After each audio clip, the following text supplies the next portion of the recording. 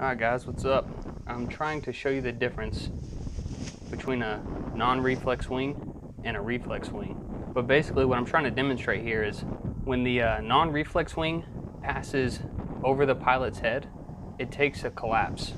And the reason is the trailing edge of the wing is not acting to return the leading edge of the wing to a positive angle of attack. So here, when I'm kiting it, I'm using the D risers to hold the wing back and not the brakes. And then I'll hold the wing back and then I'll let the wing kind of surge over my head. And as soon as the A lines go past vertical, the wing collapses. I'm not applying any brake pressure, so that if this was a reflex profile, the reflex would be able to work. If you're applying brakes at all, reflex or not, and the wing goes past you, then the reflex doesn't work. But here, as you can see, not applying any brakes or pressure to the Ds. As soon as the wing goes past me, it collapses. So now, I'm going to switch to my reflex wing, and you can see the difference. I'm doing the same thing. I tried the trims at different positions in this video. I hold the wing back and then release it and let it fly past me without applying any brakes.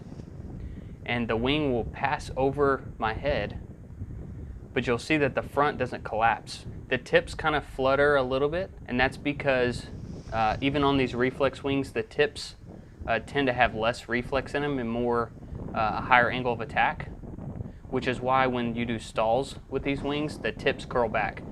Now, in flight, if this were to happen, let's say you're flying trims out or on speed bar, you're flying accelerated on a reflex wing. If you hit turbulence, the wing may surge in front of you. As soon as the lines start to go slack, the pilot's weight will retension those lines, and so the wing will more quickly tension the lines again and continue flying, compared to what you see in this video with me kiting on the ground. Just kind of keep that in mind, that if in flight the wing surges in front of you and your lines start to go slack, that because you're suspended under the wing in flight, that you would just descend and retension the lines, and the wing wouldn't be in that free flying state on its own for so long, compared to what you see in this video.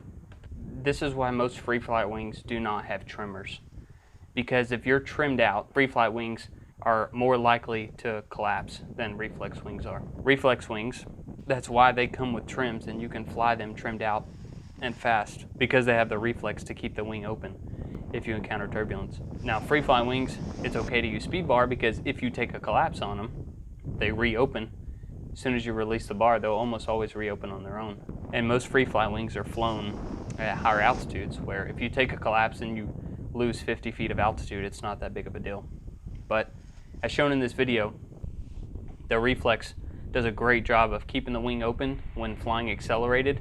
If the wing is to surge in front of you, it'll just kind of wait for a half a second while your body weight retensions the lines, and you continue flying. I hope you enjoyed the video. I hope you learned something.